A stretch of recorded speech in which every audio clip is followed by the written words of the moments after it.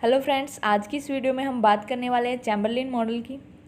तो ये जो है एक मॉडल स्मॉल ग्रुप मॉडल है और इसके अलावा ये एक ड्यूओपोली मॉडल है, यानी कि यहाँ पे मार्केट में केवल दो ही फर्म जो है हमें मिलती हैं और इसके अलावा कोई तीसरी फर्म जो है इसके अंदर एंटर नहीं कर सकती है।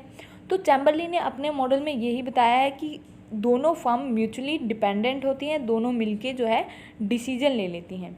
जब पहले फर्म जो है एक मार्केट में होती है तो उस टाइम वो मोनोपोली प्राइस ले रही होती है, लेकिन जब दूसरी फर्म उसके अंदर एंटर करती है तो वो दोनों आपस में जो है सेटलमेंट कर लेती हैं और एग्रीमेंट करके जो है वो यहाँ पे अपने प्राइस को डिसाइड कर लेती हैं।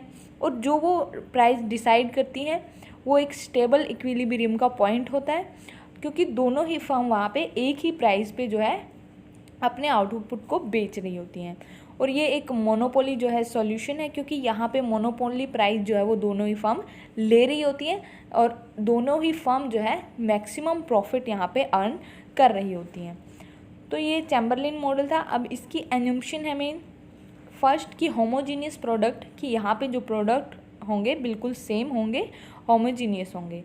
और सेकंड है firm of equal size with identical cost, कि यहाँ पे जो फर्म के साइज हैं वो इक्वल होंगे और साथ में जो इनकी कॉस्ट है वो भी यहाँ पे इक्वल होंगी, सेम होंगी। फिर no entry by new firm, कि कोई भी दूसरी फर्म तीसरी फर्म जो है उसकी एंट्री नहीं होगी, केवल ये दो ही फर्म जो है वो मार्केट में होती हैं। फिर फुल नॉलेज ऑफ डिमांड, कि इनको जो है मार्केट डिमांड के बारे में जो है फुल नॉलेज होती है, इनको पता होता है कि मार्केट में इनके प्रोडक्ट की क्या डिमांड चल रही है। तो ये इनकी मेन अजम्पशन थी। अब इसको एक डायग्राम के द्वारा जो है हम समझ लेते हैं। तो ये है चैम्बरलेन मॉडल। तो स्टार्टिंग में जो है फर्म ए जब मार्केट में होती है तो हम यहाँ पे जो है इसका डिमांड कर्व जो है डी क्यू होता है, ठीक है। इसका डिमांड कर्व हमारा डी क्यू हुआ, डी को क्यू डिमांड कर्व। और इसके अलावा एम आर जो है वो इसका जो है मार्जिनल रेवेन्यू हुआ। और यहाँ पे जो है ये इसके प्राइस जो है P1 डिसाइड हो जाता है। तो ये एक अकेली फर्म जो है स्टार्टिंग में मार्केट में होती है और यहाँ पे इक्विलिब्रियम वहाँ होगा जहाँ MR is equal to MC होगा, यानी कि इसकी कॉस्ट और रेवेन्यू जो है वो इक्वल होंगे। तो यहाँ पे P1 जो है इसका प्राइस डिसाइड हो जाता है।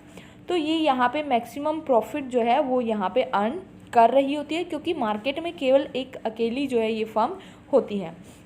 अब इसके बाद सेकंड हमारा आता है कि जब फर्म बी जो है एंटर करती है। अब पहले हमारा डिमांड को हो गया था, अब ये यहाँ तक जो है इतना ए के पोर्शन में आ जाता था। अब इसके बाद जो बाकी बचा हुआ ये डिमांड कर्व है, यहाँ पे एस और ये क्यू, तो ये लाइन जो बाकी बची हुई है अब फर्म बी एंटर करती है तो इसको अपना डिमांड कर्व मान लेती है।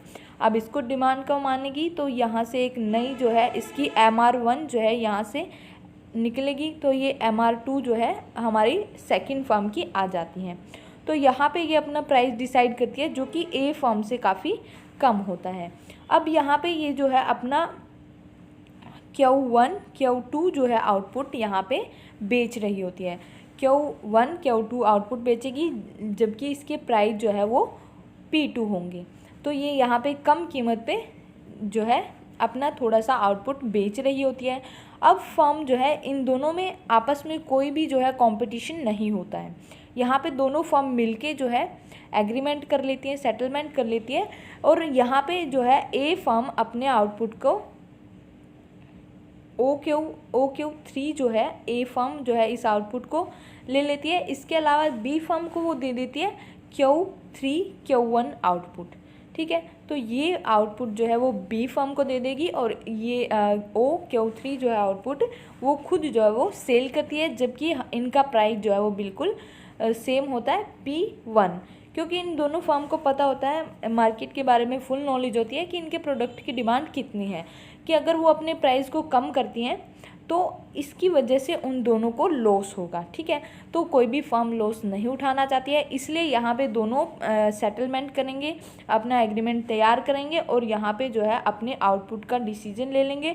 अब ए फर्म जो है वो यहाँ पे OQ3 यहाँ पे A और P1, तो इसके ये जो है यहाँ पे प्रॉफिट अर्न कर रही होती है। इसके अलावा जो बी फर्म होती है वो अपने ये बाकी के बचे हुए जो प्रॉफिट है उसको अर्न कर रही होती है। तो ये था चैम्बरलेन मॉडल, जिसमें वो बताता है कि कैसे फर्म अगर दूसरी एंटर कर जाती है तो उस टाइम पे जो ए फर्म है वो उसके साथ सेटलमेंट करके या एग्रीमेंट करके जो है कैसे अपने आउटपुट का डिसीजन ले लेती है। अब यहाँ पे ये दोनों ही अपने मोनोपोली प्राइस जो है वो लेती हैं। इसके अलावा जो आउटपुट होता है वो भी इनका मोनोपोली होता है, क्योंकि इसके अलावा कोई भी फर्म जो है वो मार्केट में नहीं होगी।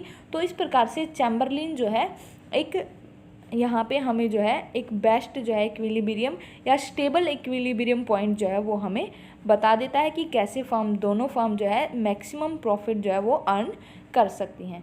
तो ये था हमारा चैम्बरलेन मॉडल। अगर वीडियो अच्छी लगी है तो प्लीज़ हमारे चैनल को सब्सक्राइब कीजिए और वीडियो को लाइक कीजिए।